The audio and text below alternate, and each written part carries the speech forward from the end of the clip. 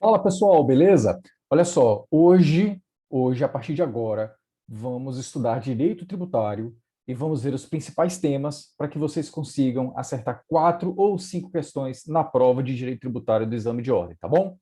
Prova do exame de ordem, dia 13 de junho agora. Então acelera os estudos, estamos em ritmo de reta final. Lembrando, dia 7 iniciamos a nossa revisão final por questões. Do dia 7 até o dia 12, até o sábado. Será uma semana totalmente intensa, muitas questões, as principais matérias. Os professores vão estar lá revisando o material com vocês, revisando o assunto com vocês, e é muito importante que vocês estejam inteiramente conosco nessa semana, tá? Para quem ainda não se matriculou, pode buscar as informações no nosso site www.anotaipreparatório.com.br. Pode se matricular diretamente lá ou vai lá no Instagram, entre em contato conosco que a equipe vai responder para vocês. Tá bom, pessoal? Então, sem mais enrolações, iniciando agora a nossa primeira aula de direito tributário, de um total de 3 ou 4 aulas, onde nós vamos ver todos os principais temas e com certeza vocês vão acertar 4 ou 5 questões na prova do exame de ordem, tá bom? Vamos embora então, pessoal. Compartilhar a tela agora aqui com vocês, tá? Então, vamos lá. Vamos embora, vamos embora. Deixa eu ajeitar aqui o meu cursorzinho, jogar ele para cá. Aumentar um pouquinho aqui. Pronto, vamos embora, pessoal. Nossa primeira aula de direito tributário. E assim, nós precisamos entender agora um pouco de noções gerais. Não adianta eu já chegar aqui jogando para vocês espécies de tributos, lançamento tributário, receita, não adianta. A gente precisa primeiro nivelar o ensino. Eu sei que a grande maioria não tem tanto contato assim com o direito tributário, então é importante que a gente primeiramente nivele o estudo do direito tributário, tá? Então vamos lá. Iniciando, o direito tributário, ele faz parte daquele grande ramo do direito público, né? Nós sabemos que o direito é único, certo?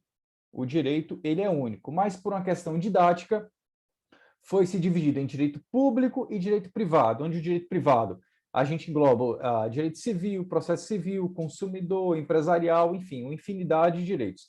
Direito público, constitucional, administrativo, penal, processo penal, e entre eles nós temos o nosso direito tributário, tá? Então, o direito tributário, ele está dentro do estudo, dentro do ramo do direito público, tá bom? E outro conceito importante para vocês, a questão de receita adquirida pelo Estado. Pessoal, para que o Estado consiga prover, consiga satisfazer as necessidades do administrado, da população, do povão, ele precisa de recursos, certo? Ele não faz nada sem recursos, sem dinheiro. E aí o Estado tem duas formas de captar recursos, ou por meio de receitas originárias, ou por meio de receitas derivadas, tá? Prestem atenção. O Estado ele consegue captar dinheiro de duas formas. Ou ele capta por receitas originárias, ou ele capta por receitas derivadas, tá? Professor, qual é a diferença de receita derivada para receita originária? Quando o Estado capta recursos por meio de receitas originárias, é o Estado explorando os próprios bens para adquirir dinheiro. Então, imagina que em São Paulo você tem o Porto de Santos, certo? Há uma concessão e o Estado recebe royalties daquela concessão. Imagina que o Estado do Amazonas tem um prédio público e ele aluga esse prédio público para iniciativa privada. Os valores desses aluguéis ou aluguéis, certo, serão direcionados para o interesse público, ou seja, farão frente às obras, à saúde, enfim, ajudarão ali para que o Estado consiga prover o serviço público, tá? Então, a receita originária é aquela que advém, é aquela que o Estado tem decorrente dos seus próprios bens, beleza? Professor, e a receita derivada? A receita derivada é da onde vem o direito tributário. A receita derivada é aquela que o Estado não explora os seus próprios bens, explora a população, entre aspas, tá? Ou seja, é a receita derivada dos tributos, de todos os tributos, todos os impostos, todas as taxas, as contribuições, tudo isso cai nesse conceito de receita derivada. O Estado ele não explora os seus bens, ele retira dinheiro dos seus administrados, dos contribuintes, que a partir de agora nós vamos chamar essas pessoas que pagam tributos de contribuintes, tá? Que somos todos nós. Tá bom? Então, essa aqui é a primeira, contribuintes. Essa aqui é o primeiro grande conceito que vocês precisam entender. Receita originária versus receita derivada. Tá, professor? O direito tributário está ligado a qual dessas duas receitas? O direito tributário está ligado diretamente às chamadas receitas derivadas. Tá bom, pessoal? Não erre coisa fácil. Vamos lá. Um outro conceito que vocês precisam ter em mente agora, inicialmente. A diferença de competência tributária para capacidade tributária. E essa capacidade tributária pode ser ativa, capacidade tributária ativa, ou capacidade tributária passiva. Tá bom? Prestem atenção aqui, tá? Fiquem ligados. Vamos lá. Professor, o que é a competência tributária? Pessoal, a competência tributária nada mais é do que a atribuição, a função que o ente público tem, e toda vez que eu falar ente público, eu estou falando dessas 4 pessoas aqui, tá? União, estados, DF e municípios, tá bom? Então, a competência tributária é aquela atribuição, aquela função que o ente público tem, União, estados, DF e municípios, de criar, e a gente vai ver que aqui em direito tributário nós chamamos instituir o tributo, de criar barra instituir o tributo. Criar ou, como é chamado na maioria dos casos, instituir o tributo. Instituir, opa, faltou um Szinho aqui, tá? Instituir o tributo. Professor, me dá um exemplo. Dou sim. O imposto de renda, certo? O IR, o nosso famoso IR, que a gente teve que declarar agora, dia 30. O imposto de renda. Quem tem a competência tributária para instituir, para criar o imposto de renda? A competência tributária para a criação do imposto de renda é da União. Então, somente a União tem a competência tributária, ou seja, tem a atribuição, tem o direito de criar, de instituir imposto de renda, tá bom? Tá, professor, competência tributária eu entendi, mas e a capacidade tributária? A capacidade tributária é a capacidade que esse mesmo ente tem de cobrar e fiscalizar. Ó, o binômio é a capacidade que o mesmo ente tem de cobrar e fiscalizar. Professor, mas quem cria o tributo não cobra e fiscaliza também? Por que eu tenho que diferenciar? Calma, calma. Na maioria dos casos, a regra é que quem cria o tributo, ou seja, quem tem a competência tributária, vai ter também a capacidade tributária. Ou seja, ele cria o tributo e ele mesmo fiscaliza, ele mesmo vai fiscalizar e vai cobrar o tributo, tá bom? Mas existem casos em que a competência tributária vai ser de um ente e a capacidade tributária vai ser de outro ente. Quer ver um exemplo? O chamado ITR. O chamado ITR. ITR, que é o Imposto Territorial Rural, certo? O ITR, Imposto Territorial Rural. Professor, quem tem a competência para instituir ITR? A competência da União, certo? A União que vai criar o ITR. E, em regra, é a União que vai fiscalizar e cobrar. Então, a União cria competência e ela tem também a capacidade tributária ativa. Ela vai fiscalizar e cobrar. Mas existe um caso excepcional em que a União ela pode delegar para os municípios essa capacidade tributária. Então, a União pode dizer, olha, município, você quer fiscalizar e cobrar para mim o ITR? Se o município disser que sim, que quer cobrar e fiscalizar, o município fica com 100% do proveito do ITR. Entenderam? Então, aqui é um caso, é um exemplo em que eu tenho um ente que tem a competência tributária e eu tenho um outro ente que vai ter a capacidade tributária ativa, tá? Que é a capacidade de cobrar e fiscalizar, tá bom? E aí a gente já sabe o que é a capacidade tributária ativa. Professor, e a capacidade tributária passiva? É aquela capacidade que recai sobre o contribuinte, sobre a pessoa que vai pagar o tributo, entendeu? Então, a capacidade tributária passiva é a atribuição ou a possibilidade da pessoa pagar tributo. Professor, mas todo mundo não tem que pagar tributo? Não, tem pessoas que têm a capacidade tributária ativa, tem pessoas que não têm. Tem pessoas que são isentas, tem pessoas em que ocorre a não incidência do tributo. Vai depender do caso concreto, tá bom? Mas sempre que uma pessoa tiver que pagar um tributo, ela tem a chamada capacidade tributária passiva, tá bom, pessoal? Não confunda coisas fáceis, não erre coisas fáceis. A prova do OAB vai vir um texto grande, embaralhando tudo, e no final ela quer saber o que é capacidade tributária, o que é competência. Esse caso concreto é competência e a capacidade. É isso que ela vai perguntar. Destrinchem o texto, entendam qual é a pergunta e vão para o abraço e me convidem para o churrasco, tá bom? Vamos embora, então.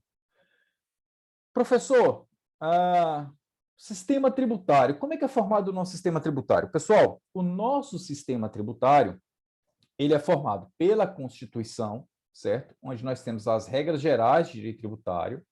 Nós temos o CTN, certo? O Código Tributário Nacional, que é a lei, hoje lei complementar, né, com status de lei complementar, 5.172, certo? E nós temos a Lei de Execução Fiscal. Essas são as principais, tá? Nós temos a Lei Candic, a Lei do ICMS, nós temos as leis que vão tratar de PIS, COFINS, nós temos várias leis, mas para fins de prova, essas 3 leis aqui vão ajudar vocês bastante a acertar as questões. Então, Constituição Federal, que é o grande aqui, as questões estão, na maioria das vezes, aqui na Constituição Federal, tá? O Código Tributário Nacional e a Lei de Execução Fiscal, tá bom? A famosa LEF. A nossa famosa LEF, quem for para a prática tributária vai conhecer muito da LEF, tá bom? O que eu queria trazer para vocês aqui sobre o Código Tributário? Nós sabemos, e isso vocês viram na graduação de vocês, que o Código Tributário Nacional, ele foi criado, quando ele foi criado, em 66, certo? Ele foi criado como lei ordinária, tá? Ele foi criado como uma lei ordinária, tá bom? Tranquilo? Posso avançar? Vamos embora. Quando nós tivemos o advento da Constituição de 67, que alguns vão dizer, é uma emenda constitucional de 67, enfim, para fins de prova, é uma Constituição nova. Essa Constituição exigiu que as leis que tratassem de normas gerais de direito tributário deveriam ser leis complementares. E aí foi feita a seguinte pergunta, vem cá, a lei 5.172 é uma lei ordinária. Será que eu posso aproveitar ela, mudar o status para lei complementar e aproveitar? O nome disso, pessoal, lá em direito constitucional, quando vocês estudam, é o chamado recepção das leis, tá? Quando a gente analisa a recepção das leis, eu não vou analisar os critérios formais daquela lei, eu vou analisar apenas o conteúdo. O conteúdo dela encaixa ou pode ser recepcionado pela nova Constituição? No nosso exemplo, o conteúdo da Lei 5.172, que era o Código Tributário Nacional original, ele poderia ser recepcionado de forma material, tá? Estou olhando só para o conteúdo. Pela Constituição de 67, entendeu-se que sim. Mas, professor, a Constituição de 67 pediu uma lei complementar, não uma lei ordinária. Aí ela foi recepcionada com status de lei complementar, tá bom? Então, desde 67, o nosso CTN, prestem atenção nisso aqui, tá? O nosso CTN foi recepcionado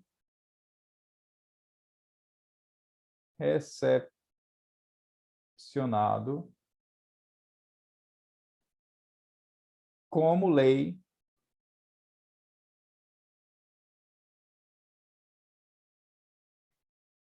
complementar, tá? Complementar. E aí nós tivemos o advento da Constituição de 88. Professor, e agora? A Constituição de 88, lá no artigo 145, vai dizer que, olha, normas gerais que tratam de direito tributário devem ter o status de lei complementar. E aí só fizeram repetir o processo. Nós recepcionamos novamente o CTN e mantivemos o status de lei complementar, tá? O status de LC, de lei complementar. Professor, e aí, na prova? Na sua prova, se cair uma questão desse tema, ela vai dizer da seguinte forma: o CTN, o Código Tributário Nacional, ele é uma lei ordinária? Errado, tá? O CTN, originariamente, foi criado como lei ordinária e, posteriormente, recebeu o status de lei complementar. Perfeito, tá? O CTN ele foi criado como lei ordinária na Constituição de 66, na verdade, na Constituição de 46, tá? Ele é uma lei de 66, mas a Constituição foi a Constituição lá de 46, tá bom? A Constituição logo pós-Vargas. O presidente era até o Gaspar Dutra. Então, ela foi criada como lei ordinária, foi recepcionada pela Constituição de 67 como lei complementar e, atualmente, com a Constituição de 88, ela se mantém no status de lei complementar, tá bom? Cuidado! Código Tributário foi criado como lei complementar? Não, foi criado como lei ordinária. Mas, atualmente, ela possui status de lei complementar ou de lei ordinária? De lei complementar. Não erre coisa fácil. Beleza, pessoal? Tranquilo aqui? Vamos embora, então. Tributo. Tributo é um conceito geral, tá? Isso aqui é gênero, onde nós vamos ver várias espécies tributárias, tá bom? Tributo é gênero. Então, nunca nunca confunda imposto com tributo. O imposto, ele é uma espécie de tributo. Nunca confunda taxa com tributo. A taxa, ela é uma espécie do tributo. Tá bom? Então, nós vamos ver que existem várias espécies tributárias, tá? O conceito de tributo, ele é trazido lá no CTN, no seu artigo 3º, em que ele vai dizer que, olha, tributo é toda prestação pecuniária compulsória em moeda, não pode ser sanção de ato ilícito, tá? Tributo não é sanção de ato ilícito, tá bom? Instituído por lei, cobrado mediante atividade plenamente vinculada da administração. Vamos destrinchar isso aqui. O tributo, ele é uma prestação pecuniária compulsória, é uma prestação que deve ser paga em moeda ou num valor que possa ser exprimido em moeda e de forma compulsória, de forma obrigatória. O contribuinte ele não tem a opção de não pagar o tributo. Ele paga. Se ele não pagar, vai iniciar essa execução fiscal, ocorre o lançamento, inicia a execução fiscal, vão atrás de bens dele, bloqueios de contas, enfim, vai dar-se um jeito de pagar o fisco. Nunca deixe de pagar o fisco, tá bom? Tributo não pode ser uma sanção de um ato ilícito. Eu cometi um crime, eu vou pagar tributo. Negativo, tá? Tributo não é sanção de ato ilícito. Professor, e a multa? E a multa tributária? Não seria um tributo? Multa não é tributo, tá bom? Nós vamos ver que o conceito de tributo tem 5 espécies. 5 espécies. Impostos, taxas, contribuições de melhorias e empréstimos compulsórios. Veja que a multa não se encontra no conceito de tributo, tá? Então, multa não é tributo. Professor, mas eu ouvi dizer que a multa pode ser convertida em tributo. Pode ser convertida, mas o próprio nome já está dizendo, ela é convertida. Ela, por si só, não é tributo, tá? O tributo ele deve ser instituído por lei. E, como regra, essa lei será a lei ordinária, tá? Será a lei ordinária. Cuidado com isso aqui, tá? Em regra, será a lei ordinária, tá? Isso aqui é a regra, tá bom? Nós vamos ver que existem várias exceções, beleza? O tributo ele é cobrado mediante atividade plenamente vinculada da administração. O que significa, professor? Significa dizer que a administração não pode deixar de cobrar o tributo. Se o tributo foi instituído, se aquele imposto de renda foi criado, foi lançado, ele tem que ser cobrado. Não existe você deixar de cobrar tributo. A administração é obrigada a cobrar tributo. Por quê, professor? Com fundamento no interesse público. Lembra que o tributo, interesse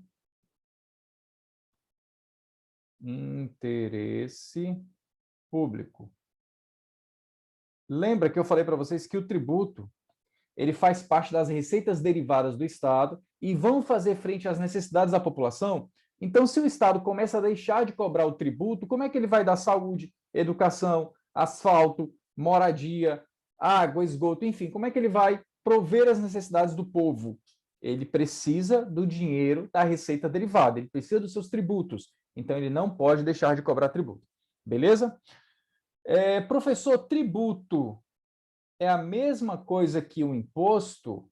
Acabei de falar que não, tá? O imposto ele é uma espécie do tributo, ele está dentro do tributo, mas não são a mesma coisa, e nós vamos ver agora, tá?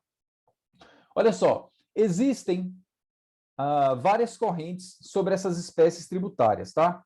Nós temos uma corrente trazida pelo CTN, perdão, que é uma corrente tripartite, tá? E nós temos uma corrente trazida pela Constituição, confirmada pelo STF, que é uma corrente pentapartite. Professor, vamos explicar isso aqui? Vamos lá. Para a corrente tripartite, o tributo ele só englobaria os impostos,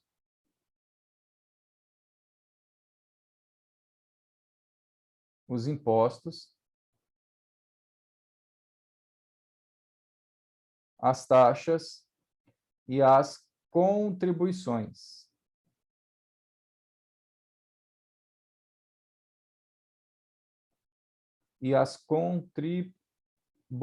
Tá? Então, para a corrente tripartite, e a corrente que está lá no artigo 5º do CTN, vocês vão ver tributo é imposto, taxa e contribuições, tá? Para essa corrente, nós só temos 3 espécies tributárias, beleza? Tranquilo?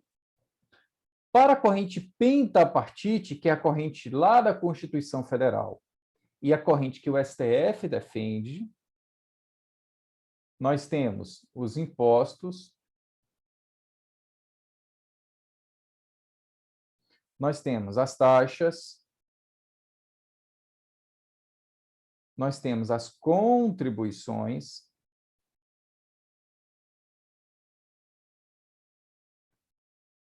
nós temos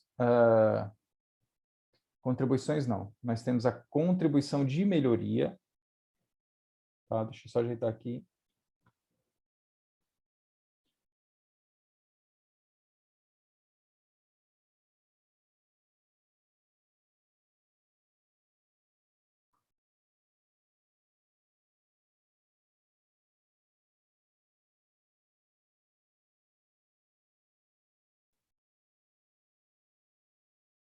Vamos lá. Taxas, contribuição de melhoria, contribuição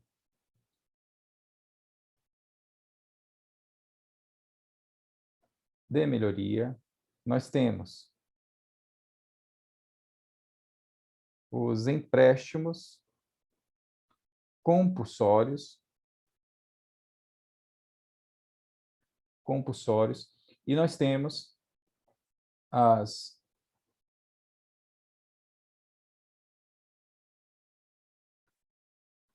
contribuições, as demais contribuições, tá? Então, nós temos impostos, taxas, contribuição de melhoria, empréstimo compulsório e as contribuições em geral. Tá bom, pessoal? Então, não confunda, tá? Teoria tripartite, defendida pelo CTN, e teoria pentapartite, defendida pela Constituição e pelo STF. Professor, para minha prova, como é que eu mato isso aí? Fácil. Se a questão não falar nada, qual a teoria que ela está querendo, você vai adotar a da Constituição e do STF, teoria pentapartite, tá? Ah, a prova não falou nada. A prova disse, olha, dentro do conceito de tributos, nós temos quais espécies tributárias? Opa, não disse se era de acordo com o CTN ou se de acordo com a Constituição, eu vou para a regra. Qual é a regra? Impostos, taxas, contribuições de melhoria, empréstimo compulsório. Beleza? Ah, professor, mas a questão ela amarrou. De acordo com o CTN, nós temos quantas espécies tributárias? Se ela amarrou, ela colocou o CTN, aí você tem que lembrar, opa, CTN, teoria tripartite, impostos, taxas e contribuições, beleza? Cuidado com isso, é um detalhe que pode te dar ou tirar uma questão sua, tá bom? Vamos lá. O que define, então, a natureza jurídica de um tributo? O que define a natureza jurídica de um tributo? Deixa eu ver se dá para fazer aqui no outro slide. Não dá. O que define a natureza jurídica de um tributo? Pessoal, nos termos do artigo 4º do CTN, o tributo ele é definido não é pelo seu nome, não é pelo seu contribuinte, nem pela pessoa que vai criar o tributo, ou seja, a pessoa que tem a competência tributária. O tributo é definido pelo seu fato gerador. Professor, o que é fato gerador? E aí eu preciso explicar para vocês o que é o fato gerador, tá? Mas, por hora, vamos lá. O que define a natureza jurídica do tributo? Não é o nome, não é o contribuinte, não é a pessoa que institui, não é o valor que eu vou cobrar, é o fato gerador. É o fato gerador que vai definir a natureza jurídica do tributo. Então, é o fato gerador que vai dizer que aquela cobrança é um imposto de renda. É o fato gerador que vai dizer que aquela cobrança é uma taxa. É o fato gerador que vai dizer que aquela cobrança é um IPVA, por exemplo. Entendeu? Então, é o fato gerador que vai dizer isso. Agora, a gente precisa saber o que é esse fato gerador, tá? Pessoal, o fato gerador nada mais é do que aquilo que está previsto na lei ocorrendo no mundo real. Professor, não entendi. Vamos fazer uma analogia ao direito penal, certo? O direito penal, lá no artigo 121, ele traz o que está previsto na lei, ele traz o tipo penal de homicídio, matar alguém.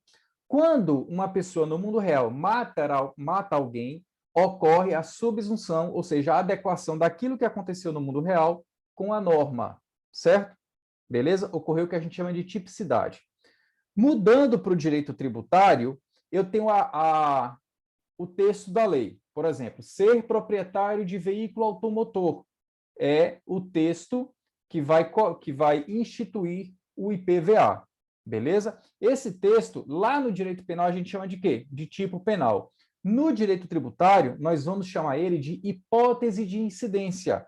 Então, a hipótese de incidência é aquele mandamento previsto na lei que vai dizer quando eu vou cobrar o tributo, tá? Então, olha só o exemplo. Ser proprietário de veículo automotor, certo? Essa é a hipótese de incidência.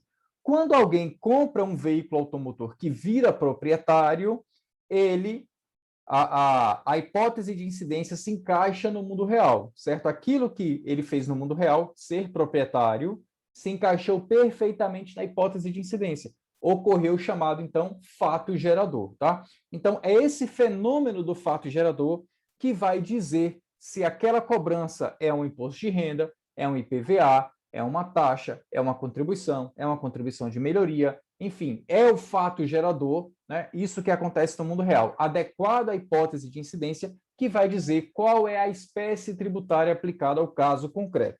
Beleza, pessoal? Tranquilo? Vamos embora. Classificação dos tributos. Vamos lá. Nós temos várias classificações. Quanto à finalidade do tributo, isso aqui eu quero que vocês parem e anotem e entendam, tá? Quanto à finalidade do tributo, quanto à competência do tributo, quanto à competência de imposição do tributo e quanto às hipóteses de incidência, tá? Beleza? Vamos lá. Quanto à finalidade do tributo, eu tenho os chamados tributos fiscais, extrafiscais e parafiscais. Professor, me explique isso aí, pelo amor de Deus. Vamos lá. Os tributos fiscais são aqueles tributos em que a função principal deles é arrecadar dinheiro, é trazer dinheiro para o Estado. Por exemplo, o tributo mais fiscal de todos, qual é? É o imposto de renda. A única função do imposto de renda é a arrecadação de dinheiro. Só isso é a única função do imposto de renda. Professor, tem outro exemplo? Tenho. O IPVA, Tem outro exemplo? Tem. O ITBI. Nós vamos ver todos eles, tá, pessoal, ao longo das aulas, mas eu quero agora que vocês saibam que essa qualidade do tributo ser fiscal significa que a função principal dele é arrecadar dinheiro para o Estado. Ah, professor, mas todos os tributos arrecadam dinheiro para o Estado. Arrecadam, mas não de maneira principal. Nós vamos ver que existem outros tributos em que a função principal dele não é arrecadar, e sim regulamentar o mercado. Esses tributos, nós chamamos eles de extrafiscais. Por quê? Porque a função principal dele, todos vão arrecadar, tá? Mas a função principal dos extrafiscais não é só arrecadar dinheiro, e sim regulamentar o mercado. Por exemplo, o imposto de importação, chamado II, ou o imposto de exportação, chamado IE. Vamos lá. Se o governo ele quer incentivar o mercado interno, o que ele faz? Ele aumenta o imposto de importação. Ou seja, para eu comprar uma mercadoria, para eu comprar esse controle remoto lá de outro país, eu vou pagar mais caro. Por quê? Porque o imposto de importação está lá em cima. Então, eu vou pagar muito mais caro. É melhor comprar aqui no próprio país, certo? Então, o governo ele utiliza esses tributos para regulamentar o mercado. Se eu quero incentivar a indústria automobilística, o que eu faço? Eu reduzo o chamado IPI. Quem já ouviu falar isso aí? Ó, IPI zero. Vamos comprar seu carro e tal. A alíquota do IPI está zero. Então, o IPI também é um tributo extrafiscal, porque ele serve para a regulamentação do mercado, tá? O ente tributante, que no caso aqui do IPI é a União, ele pode incentivar ou desincentivar determinada atividade, aumentando ou diminuindo a carga tributária sobre aquele determinado bem que ele quer incentivar. Beleza? Tranquilo? Professor, e a parafiscalidade? A parafiscalidade é uma relação entre competência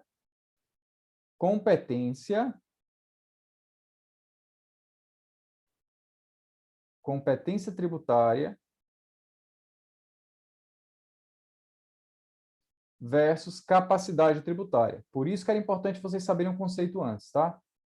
Versus capacidade tributária. Lembra lá do que eu falei do ITR?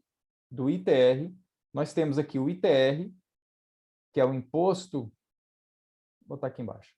Nós temos aqui o ITR, que é o Imposto Territorial Rural. A competência dele é de quem? A competência da União. É a União que tem a competência para instituir, para criar o IR. Mas como eu falei para vocês há uns minutos atrás, a União ela pode falar, olha, município, você quer cobrar o ITR aí da sua localidade? Se você cobrar, eu te passo 100% do valor arrecadado. Você quer? Ah, eu quero, beleza. Então, a União vai instituir, mas quem vai cobrar, quem vai ter a capacidade tributária, é quem? É o município, tá? É o M aqui. O município que vai ter a capacidade tributária ativa, ele que vai fiscalizar e cobrar. Quando isso acontece, quando um ente institui e outro ente cobra e fiscaliza, nós temos a chamada parafiscalidade, tá bom? Cuidado com isso aqui, tá? Nós temos a chamada parafiscalidade. Um ente institui, cria o tributo e outro ente, outra pessoa jurídica vai cobrar e fiscalizar esse tributo. Esse caso é um caso de parafiscalidade, beleza? Pessoal, quanto à competência, eu falei para vocês que competência tributária é a atribuição de você criar o tributo, de você instituir o tributo. E aí, quanto à competência, nós temos tributos que são federais, ou seja, vão ser instituídos pela União. Nós temos tributos que são estaduais, vão ser instituídos pelo Estado, e tributos que são municipais. Nós vamos ver cada um deles logo mais, tá bom? Vamos lá. Quanto à competência de imposição, opa, aqui é um pouquinho diferente, tá? Nós temos tributos, pessoal, nós temos espécies tributárias que qualquer ente pode instituir. Então, eu tenho, por exemplo, uma taxa que a União pode criar, o Estado pode criar, o município pode criar, o DF pode criar, tá bom? Então, eu tenho tributos que são comuns a todos os entes e eu tenho tributos que são privativos a alguns entes. Por exemplo, vamos lá, privativo a alguns entes. Deixa eu abrir aqui uma chave. Tributos que são privativos da União, por exemplo. Da União, imposto de renda, só a União pode criar o imposto de renda. O ITR, que nós falamos agora há pouco, só a União pode criar o ITR. A CID, Contribuição para Intervenção no Domínio Econômico, e por aí vai, tá? Privativos significa que apenas um ente pode criar, tá bom? Não é uma competência de todos os entes. Ah, professor, privativo só tem para a União? Não, pessoal. Temos os privativos dos estados. Quais são? Estados, eu tenho o IPVA. O IPVA somente os estados podem criar, instituir IPVA. O ICMS, o ICMS, o ITCMD e por aí vai, tá bom? Nós vamos ver isso tudo com mais calma. Ah, professor, os municípios também. Município você tem o IPTU, você tem o ITBI, que somente os municípios podem criar, beleza? Professor, e os comuns? Os comuns nós temos alguns tributos que qualquer ente pode criar. Qualquer ente pode criar. Por exemplo, taxas, qualquer um pode criar. Contribuição de melhoria. Contribuição de melhoria, qualquer um pode criar.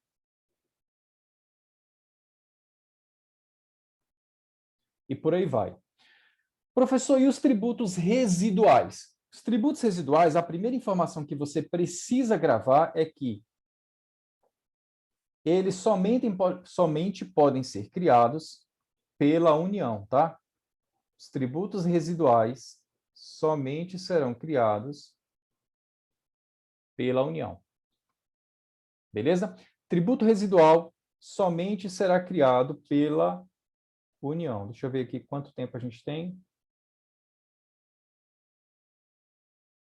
Não passou aqui. Vamos lá. Tributo residual somente pode ser criado pela União, tá? E nós temos dois na nossa Constituição. Nós temos o do artigo 154, inciso 1, que é o imposto residual da União, tá? Gravem isso. Artigo 154, inciso 1, imposto residual da União.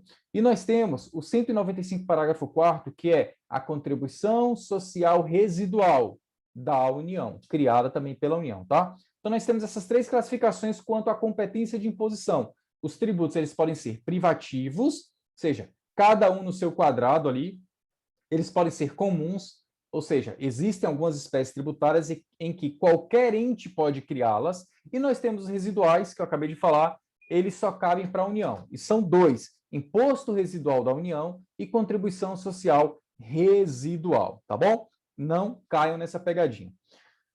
Quanto à hipótese de incidência, nós temos duas classificações. Os tributos eles podem ser vinculados quanto à hipótese de incidência ou eles podem ser não vinculados. Professor, me explique isso aí. Vamos lá, vou te explicar. Existem espécies tributárias em que, para que o ente tributante cobre esse tributo, ele não precisa fazer nada. Basta que ele institua o tributo e cobre. Institua e cobre. Imposto de renda. Criei imposto de renda? No próximo ano eu vou cobrar. IPVA. Criei IPVA? No próximo ano eu vou cobrar. O Estado não precisa fazer nada. Essa regra de que eu pago IPVA, mas o Estado tem que fazer asfalto, tem que asfaltar a rua. O IPVA é um imposto. O imposto é de receita não vinculada e de hipótese de incidência também não vinculada, tá? Então, quanto à hipótese de incidência, eles podem ser vinculados ou não vinculados. Professor, quando é que ele é não vinculado? Vamos pelo mais fácil. Não vinculado aqui é quando o ente tributante, União, Estado, DF ou municípios, cria o tributo, institui o tributo e já pode cobrar sem realizar qualquer atividade, qualquer contraprestação. Essa é a palavra, tá? Então, o ente tributante, ele cria o tributo e não precisa realizar nenhuma contraprestação. Exemplo, todos os impostos, qualquer imposto, falou que é imposto, ele é não vinculado, tá? Todos os impostos são não vinculados, tá bom? Então, IPVA, ITCMD, IPI, ITBI, IR, ITR, IPTU, todos são não vinculados, tá bom? Professor, e os vinculados? Os vinculados são aqueles em que o Estado, apesar de ter criado, ele precisa realizar uma atividade para autorizar ele a cobrar o tributo. Ficou difícil? Vamos lá. O Estado, ele institui o tributo, ele cria o tributo, mas para que ele possa cobrar efetivamente, ele precisa realizar uma atividade a mais, tá bom? Por exemplo, as taxas, tá? Toda vez que você vai pagar uma taxa, você paga essa taxa por conta de uma prestação de um serviço público, certo? Por exemplo, você vai pagar a taxa do Tribunal de Justiça. Você vai pagar por quê? Porque você está utilizando o Tribunal de Justiça, certo? Então, a taxa ela é instituída por lei, mas para que o ente tributante cobre, ou seja, no nosso caso aqui, para que o Estado do Amazonas possa me cobrar a taxa, ela precisa realizar um serviço público, que aí é o serviço realizado lá no Tribunal de Justiça. Quando eu pago taxas no Detran, por exemplo, eu pago porque eu estou utilizando um serviço público específico e divisível para mim. Ou seja, o Estado está prestando uma atividade, certo? Então, existe, quanto à hipótese de incidência, os não vinculados, em que basta instituir, basta criar, não precisa prestar nenhum serviço, e os vinculados, que além de criar, eu preciso prestar uma atividade, eu preciso realizar uma contraprestação para o contribuinte. Ele me paga porque eu estou realizando um serviço para aquela pessoa específica e divisível. Tranquilo? Beleza? Vamos avançar, então. Professor, essa aqui é mais tranquila. Quanto ao destino da arrecadação, aqui é muito mais tranquilo, tá? Quanto ao destino da arrecadação, nós temos os chamados tributos não vinculados e vinculados também, tá bom? Quanto ao destino da arrecadação, quando eles são não vinculados, não vinculados, tá? Significa dizer que o dinheiro arrecadado pode ser utilizado em qualquer situação. Exemplo, todos os impostos. Todos os impostos são não vinculados, tá? Todos os impostos são não vinculados, tá bom? Então, eu recebi o dinheiro do IPVA, o Estado recebeu o dinheiro do IPVA. Ele precisa fazer asfalto? Não. Ele pode usar na saúde, na educação, na construção, para pagar funcionário. Ele pode usar onde ele quiser. Por quê? Porque o destino da arrecadação é não vinculada, tá bom? De outro lado, nós temos os tributos vinculados, que são aqueles que o destino da arrecadação vai ter a caixinha certa. Você paga já sabendo para onde vai aquele dinheiro. Taxas são vinculados e contribuição de melhorias são vinculadas, tá? Você paga a taxa para fazer frente àquele gasto que o Estado teve prestando serviço público para você.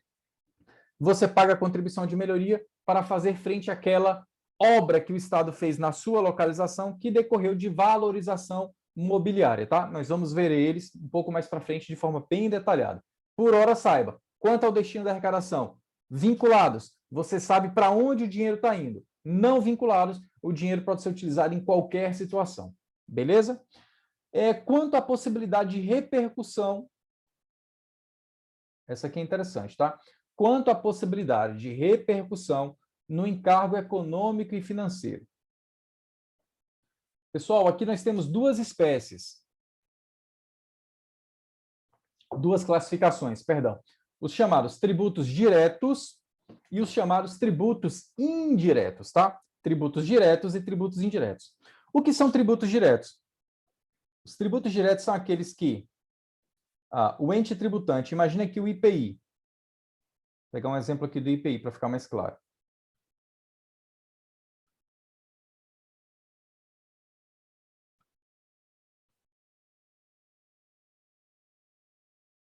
O IPI não, o imposto de renda.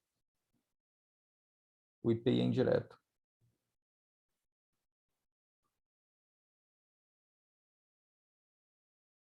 Aqui eu quero que vocês prestem atenção, porque tem dois detalhes importantes que sempre caem nas provas, tá?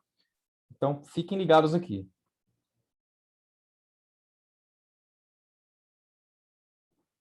Vamos lá. Imagina que o IR, certo?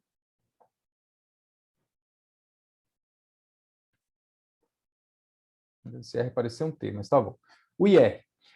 O IR, A União cria o imposto de renda e cobra diretamente do contribuinte, certo? Então, a União aqui criou o IR,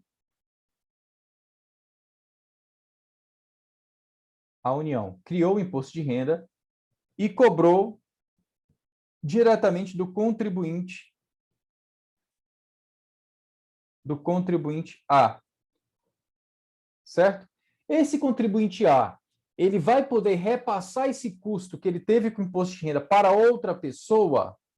Não consegue, tá? Porque vem diretamente no patrimônio dele. Ele não consegue repassar essa despesa, tá bom? Então, a gente diz que nesse caso, em que a repercussão do encargo financeiro, quem sofre a perca do dinheiro é a pessoa direta, ou seja, a relação é direta entre ente tributante e o contribuinte, nós dizemos que, quanto à repercussão do encargo financeiro, esse tributo é direto. Por quê? Porque a União cobra do contribuinte de direito, tá? Esse aqui é o contribuinte de direito, é aquele contribuinte que está previsto na lei para pagar o tributo. Contribuinte de direito. E é ele que sofre a perda, que ele sofre a repercussão do encargo financeiro, tá bom? Então, a União cobra um imposto de renda diretamente do contribuinte. Esse contribuinte vai ter que pagar, vai sair do patrimônio dele. Ele não consegue repassar isso para outra pessoa, entendeu? Então, nesse caso aqui, a relação é direta, tá? Por quê? Porque a União cobra diretamente do contribuinte de direito, tá? E essa aqui é a expressão que eu quero que vocês decorem, aprendam. Contribuinte de direito, aquele contribuinte que está previsto na lei para pagar o tributo, tá bom? Ah, professor, mas sempre quem vai pagar o tributo não é aquele que está previsto na lei? Sim, mas às vezes quem vai sofrer de fato lá na ponta o encargo financeiro é outra pessoa que não está previsto na lei. E é aqui que eu vou falar com vocês a respeito dos tributos indiretos.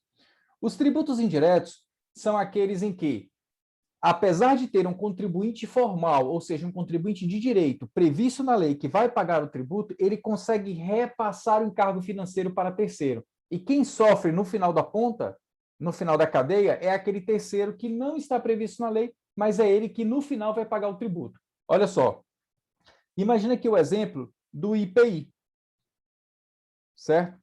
O IPI. IPI, um imposto da União, tá? IPI. A União criou o IPI de, deixa eu ver aqui, a União criou o IPI de 1%. Vou dar um exemplo bem prático aqui. 1% em cima do valor do produto, certo? Vamos lá. E aí, a fábrica, a fábrica fabrica um carro, certo? Então, tem uma fábrica aqui.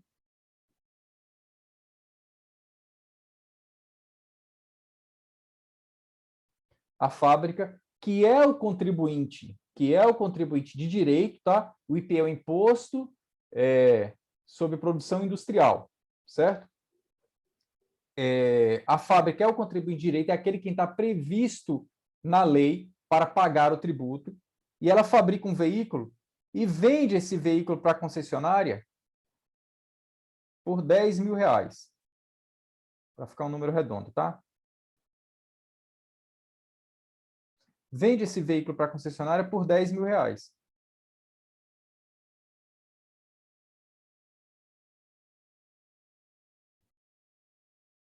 Para a concessionária por R$ 10.000. Aqui ela recolheu 1% de IPI, ou seja, ela recolheu R$ 100 de IPI, certo? Ela recolheu aqui 1% de IPI. Então, ela recolheu aqui R$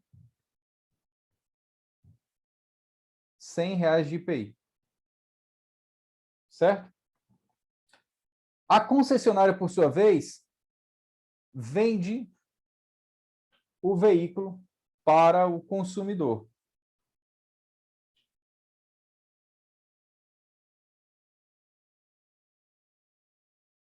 Para o consumidor. Ela vai lá, vende esse veículo por R$ 15.000 ao consumidor. Ela vai recolher também 1% do valor. certo? R$ 150. Então, aqui nessa cadeia de produção, nós tivemos aqui um IPI aqui nessa cadeia de produção, um IPI de R$ 250. Quem vai pagar isso aqui ao final? Muito provavelmente, esse valor vai ser pago pelo consumidor, porque vai estar embutido dentro do valor do carro, certo? Então, nós temos aqui os contribuintes de direito, fábrica e concessionária, os dois contribuintes de direito, mas, no final, quem vai arcar, quem vai repor com todo o IPI da cadeia produtiva vai ser o consumidor. Então, você tem um contribuinte de direito e um contribuinte, e agora que é o termo que eu quero que vocês anotem, e um contribuinte de fato, tá? Então, os tributos indiretos, eles têm esses dois contribuintes. Eles têm os contribuintes de direito, mas eles têm também os chamados contribuintes de fato, tá? E quem vai arcar lá na ponta com o valor dos tributos será o contribuinte de fato, tá bom? Então, por isso que a gente diz que a repercussão do encargo financeiro, nesse caso, é indireta, porque o contribuinte de direito, aquele que tem relação direta com o ente tributante, não vai pagar o tributo, ele vai repassar para o contribuinte de fato lá na ponta. Tranquilo? E aí vem a segunda pergunta. Agora é a cereja do bolo, tá? Prestem atenção, prestem atenção. Vem a pergunta. Se esse contribuinte de fato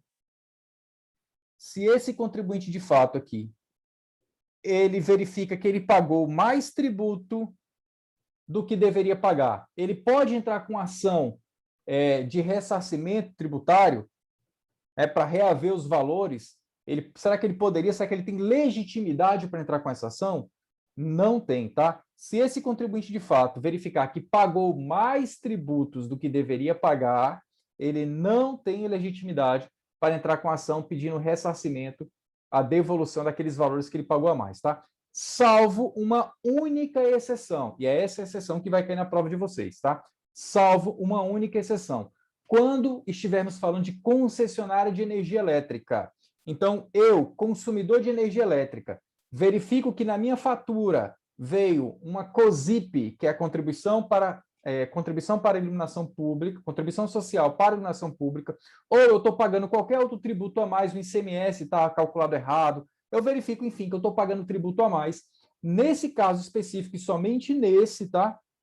É possível que eu, contribuinte de fato, não sou contribuinte de direito, sou contribuinte de fato, possa ingressar em juízo contra o fisco estadual e municipal, né, ICMS estadual e COSIP municipal, para pedir o ressarcimento dos valores que eu pedi, que eu paguei a mais. Tá? Por quê? Porque o STF entendeu que, nesse caso, nessa cadeia aqui, a concessionária de energia elétrica, por ter um contrato com o Estado, e normalmente são contratos de 20, 30, 40 anos, elas não têm interesse em pedir o ressarcimento dos valores para não se indispor com o ente tributante, tá bom? Então, cuidado com isso. Regra geral, o contribuinte de fato pode pedir o ressarcimento daquilo que pagou a mais? Não pode, tá? Exceção, se nós estivermos falando de concessionária de energia elétrica. Nesse caso, o contribuinte de fato pode sim, é a única exceção, pode sim pedir direto ao ente tributante o ressarcimento dos valores que pagou a mais, tá bom? Não erre coisa besta, preste atenção nos detalhes, tá? Anotem tudo e qualquer dúvida, manda para a gente matar no peito e responder para vocês, tá bom, pessoal? Vamos embora, então. Tributos em espécie, tá? Eu vou dar um tempo aqui na aula, vou fazer um corte e a gente faz a segunda aula com tributos em espécie, tá bom, pessoal? Então, deixa eu voltar aqui para mim rapidinho, só para dar um recado. Então, pessoal, encerramos aqui essa aula de noções gerais de direito tributário, tá? A segunda aula vai ser uma aula de tributos em espécie, então fiquem ligados que nós vamos trazer várias questões para discutirmos isso na nossa segunda aula, tá bom? Um abraço, até a próxima, fiquem com Deus e passe agora na prova do exame de ordem, tá, pessoal? Um abraço, valeu!